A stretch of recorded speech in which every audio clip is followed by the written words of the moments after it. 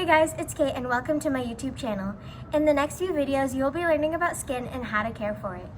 In today's video, you'll be learning about the different skin types and the characteristics, factors, and skincare tips associated with each of them.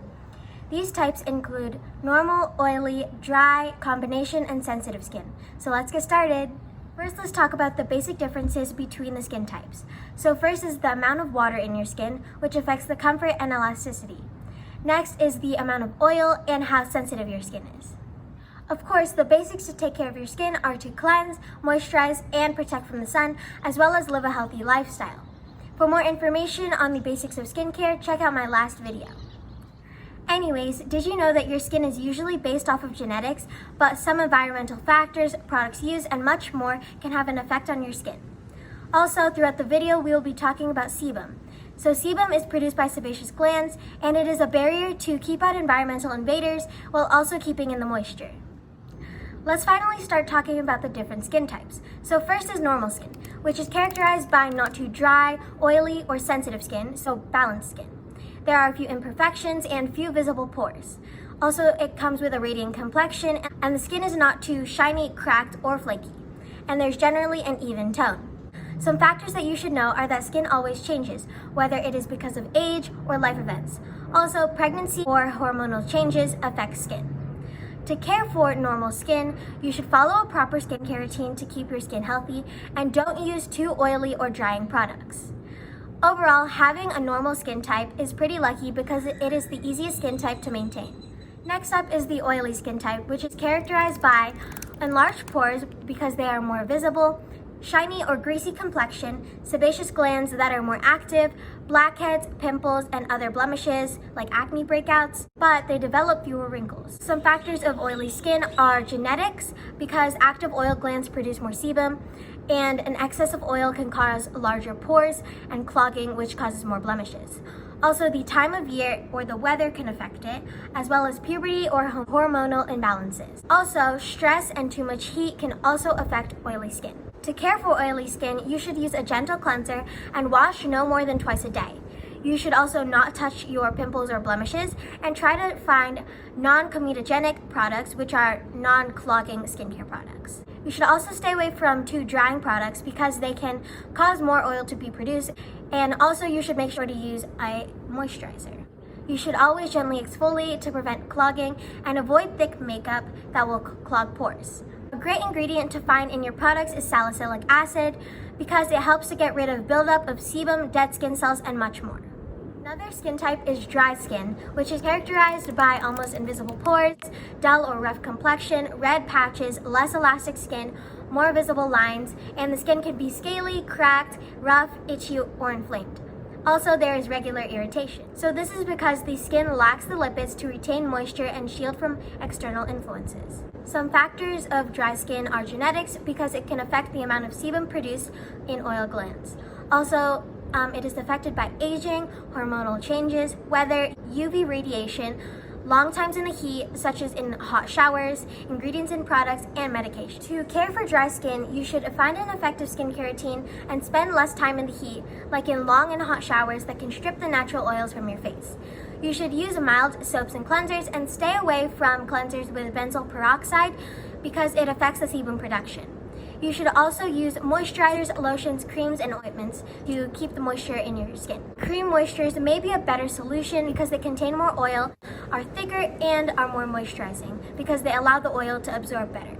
Of course, when testing out moisturizers, you should check for allergic reactions by only placing the product on a small area of your skin. Also, it is important to note that sometimes adding water to your skin is counterproductive. You should also use gloves when using cleaning products. And humidifiers can be very helpful because they help to keep the moisture in the air. For me, I definitely have dry skin, and I also used to have eczema or atopic dermatitis, which also shows that I have dealt with dry skin. Next is the combination skin type, which has characteristics of different skin types around the face. Usually there is dry or normal skin types in some areas, like the outsides of the face and the cheeks. And on the other hand, it is more of an oily skin type in other areas like the T-zone, which is the forehead, nose, and the chin. This is because there are more active oil glands in the T-zone rather than in the cheeks. Also, it is characterized by larger looking pores, blackheads, and a shiny complexion in some areas. So to care for combination skin, you should avoid harsh chemically based ingredients because they can further dry out portions of your skin and cause more sebum to be produced in the oily areas. So that means you should stick to more natural ingredients. You should also avoid fragrances in your skincare products. You can also use 2 different moisturizers for each of the areas of your face, so one for the dry area and one for the oily area. And it's also essential to exfoliate your skin. So the last skin type is sensitive skin. So this is characterized by irritation, redness, itching, dryness, burning, and easily inflamed skin. It may also have characteristics of some of the other different skin types. So some factors that can cause sensitive skin are skin conditions such as rosacea or other allergies. This can also be caused by temperature, ingredients in your skincare products, the sun, and hormonal fluctuations. To care for sensitive skin, you should avoid harsh chemically based products and find a more natural skincare routine. There are also a couple of different tests to find your skin type. So these include the blotting paper test. So you need a mirror and blotting papers. You can also use tissues, napkins, or parchment paper, but I definitely recommend blotting papers. So first you will wash your face, pat it dry, and wait for 2 hours without applying any products.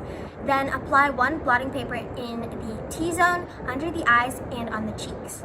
And so you want to take note of where the most oil is absorbed, where the paper is stuck, and where the paper falls off. So if all the blotting papers are drenched in oil, that means you most likely have oily skin. If only the T-zone is oily and the rest are not, then you most likely have combination skin. If most of the blotting papers fell to the floor or had barely any oil, then you most likely have dry or sensitive skin. If most of them stuck on for a little bit and then fell off or had a uniform look on the papers, then you most likely have normal skin. So next is the look and pinch method. So you use a mirror to look at your pores. So if your pores are more visible, then you might have oily skin. But if you don't really see any pores, then you probably have dry skin.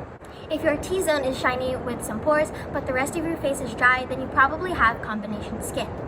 So next you want to gently pinch your skin with 2 fingers, and if the skin is still plump, then you probably have normal combination or oily skin. If there are dry flakes that come off or your skin looks kind of papery, then it's probably dry skin. So another thing you can look for is the elasticity. So if it is quicker to go down, then it is more firm and moist. If it takes longer to go down, then it is probably dry skin. You can also look online for different skin quizzes to test your skin type. Also, there are different types of classification systems for your skin, such as the Fitzpatrick scale or the acne grading system. Overall, there are many characteristics, symptoms, factors, and skincare tips for each skin type. I hope that by watching this video, you have learned about the characteristics of each skin type, and you can use this information to form an understanding of your skin type. Of course, if you have any further questions or concerns, it is always recommended to contact a skin expert, such as a dermatologist. Make sure you stay tuned for upcoming videos about skin and how to take care of it. And check out my past videos about skin as well. I hope you enjoyed learning about the different skin types and had a great time watching this video. Anyways, thanks for watching. Bye!